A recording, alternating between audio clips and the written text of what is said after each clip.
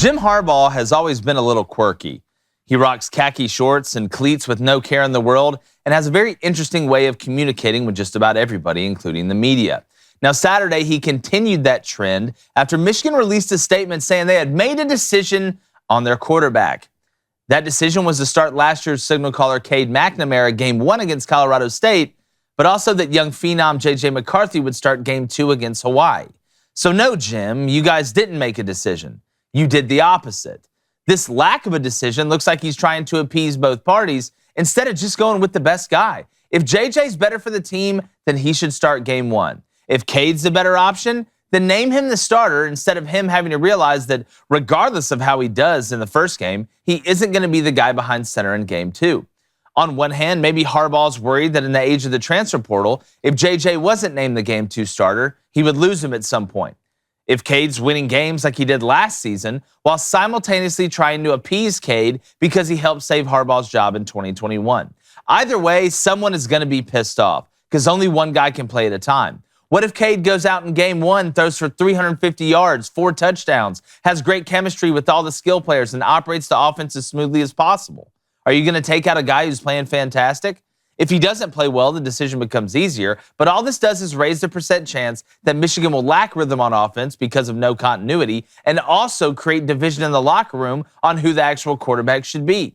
This is a classic case of trying to have your cake and eat it too. You can't be scared of hurting someone's feelings. This is the highest level of college football, and Michigan's not got another really good roster, but by capitulating to each quarterback, Harbaugh's put his team in a worse position than they should be. There's always a chance something could work, but this does nothing but hurt the opportunity for success for the Wolverines. Now, David, bringing my co-host David Cohn, former Michigan quarterback. I know the minute this hit the press, me and you were talking back and forth. My brother curating the chat. Shout out Booster Club. Got a great show for you today. But Cohn, you know how I feel. I'm not understanding this. I don't think this will work. And it looks soft to me. Well, I don't know about soft, but it is another example of Coach Harbaugh's eccentricity. And we talk about that a lot. And let's just start at the very top here in the statement. First thing, we're not ready to name a starter, but Cade McNamara will start the opener.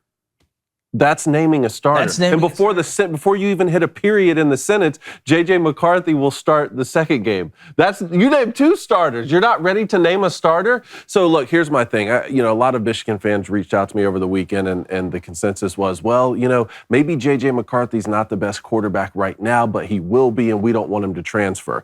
If the kid's not the best quarterback right now, and you're only playing him because he might threaten to transfer, then he doesn't need to be playing quarterback at Michigan, okay? And on the flip side of that is if he is playing better, but out of some sort of respect to Cade McNamara because he led us to the playoff, we want to go ahead and allow him to start one final game. That's even more asinine to me. That doesn't make any sense. No 2 players are 100% identical. You've seen them last season, you've gone through a spring practice, and now you've had an entire fall camp. No 2 players are playing at the exact same level. Every single rep, every single pass attempt is documented, and it's on film in camp. You know the completion percentages. You pick one of them to start. And let's just say by chance they are playing at the exact same identical. Then you have a decision to make. You either start the guy with more experience who led you to the playoff last year, who just got named team captain, or you go the other way and you start the guy with more upside, quote unquote upside, and more eligibility left because he's a younger player, right?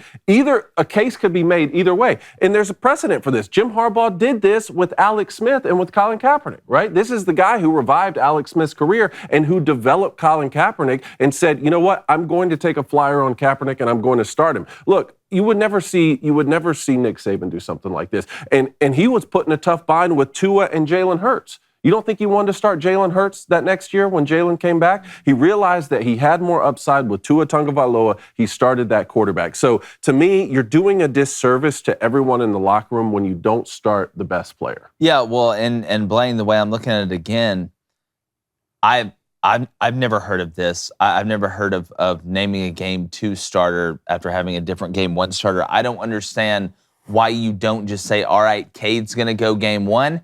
You play good. You're going to keep playing. You don't play good, we're going to put JJ in there. That's why I feel like this has more to do with JJ McCarthy than it does with Cade McNamara. I think Harbaugh legitimately was like, if I don't say that J.J. McCarthy is going to get a shot or start a game against a Hawaii team that we know isn't very good compared to really, Colorado State, this seems like he is again trying to appease J.J. McCarthy.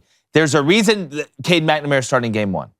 Game one, that is your starter. That's the first guy you're going to trot out there. But how in practice, if I'm Cade McNamara or if I'm a starting receiver at Michigan, I'm a starting offensive lineman, I really don't know if that's the guy the whole week of practice that's coming in there with the ones. Is this the dude when we go out and kick it off, even though he played last year? It's a different team than it was last year. Some guys return, but it's still a different team. I'm with you, Cone. To me, this creates more problems than it solves. Well, to your point about telling J.J. McCarthy that he's going to start so he doesn't transfer, why not just tell him then?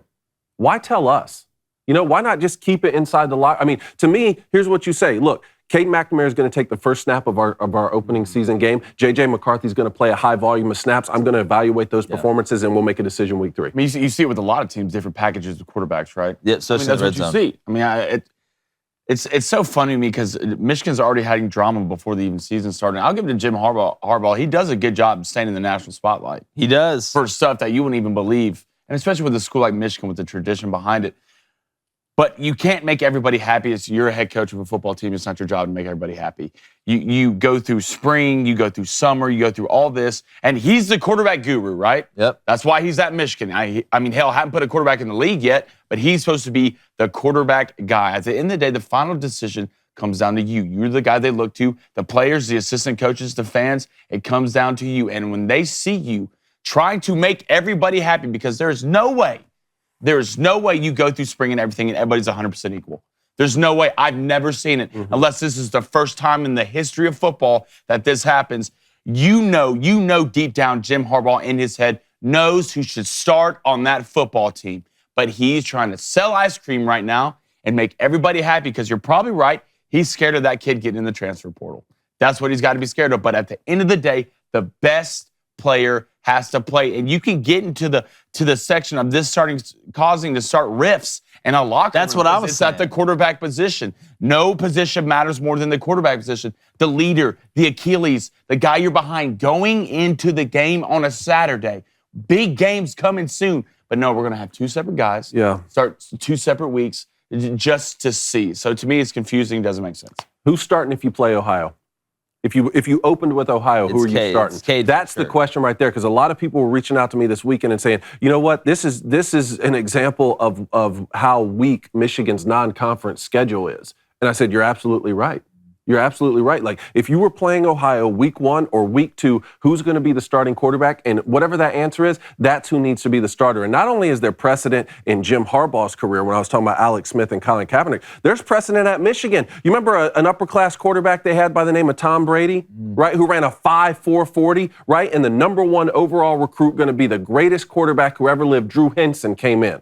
And there was pressure on Lloyd Carr to start Drew Henson. No matter who was best, no matter who was playing best in camp, there was a pressure on him because he was a Michigan guy and he was the number 1 overall recruit. Well, one of those quarterbacks did end up going up to be the best that ever played. That's true. That's old Tomas Brady. But Blaine, I'm with you on the division in the locker room thing, because that can really happen, especially if it starts going rocky and there's no continuity and there's no back and forth. The red zone packages, I get it, what they did with J.J. McCarthy last year using his athleticism, but it worked. It did work. Like, it did work. But this is why I say, will they do it this year? That's my question. Is this a situation, because there was no information in here, is this a situation where Cade starts game 1, but JJ doesn't play at all the first game because he's going to start game 2? See, that's another question. That's my question. Because you showed it could work last year. Yeah, it's how are you going to rotate him? But I will say, some people don't like playing a good team out of the gate week 1 or weeks 1 and 2. I love it because at least you know. For example, like looking at Auburn, you play Mercer and a salty San Jose State team. You're not going to know until Penn State. But LSU, you're playing Florida State. Is Florida State the greatest ever? No, but you see the team speed they have. You'll know at least a little bit. I would much rather know coming out of week 1 or week 2 than watching the film and be like, man, I think, wow, we beat Mercer by 35 points, but do I really know how we're going to play against Penn State? But Blaine, what's the Booster Club saying? That's an interesting point. I would rather know. I like that. I mean, that can go 2 ways, but Sammy Way, #AskKranenko. Is there a possibility that Jim Harbaugh can get fired if he underperforms this year? If so, what's the percentage? No, he's not. They're getting tied to him, man. Yep. They've gone all in. And that's why when you go cheating on National Signing Day and go talking to the other girl and then get caught, he still was able to use that leverage and be fine. But no, Harbaugh's there's no shot in hell he gets fired this year unless something off the field crazy. Think about it. If you like that content, go ahead and subscribe because we're going to be balling every day on Crane and Company. Hit that like button while you're at it and go ahead and smash it like Derrick Henry on an ISO run.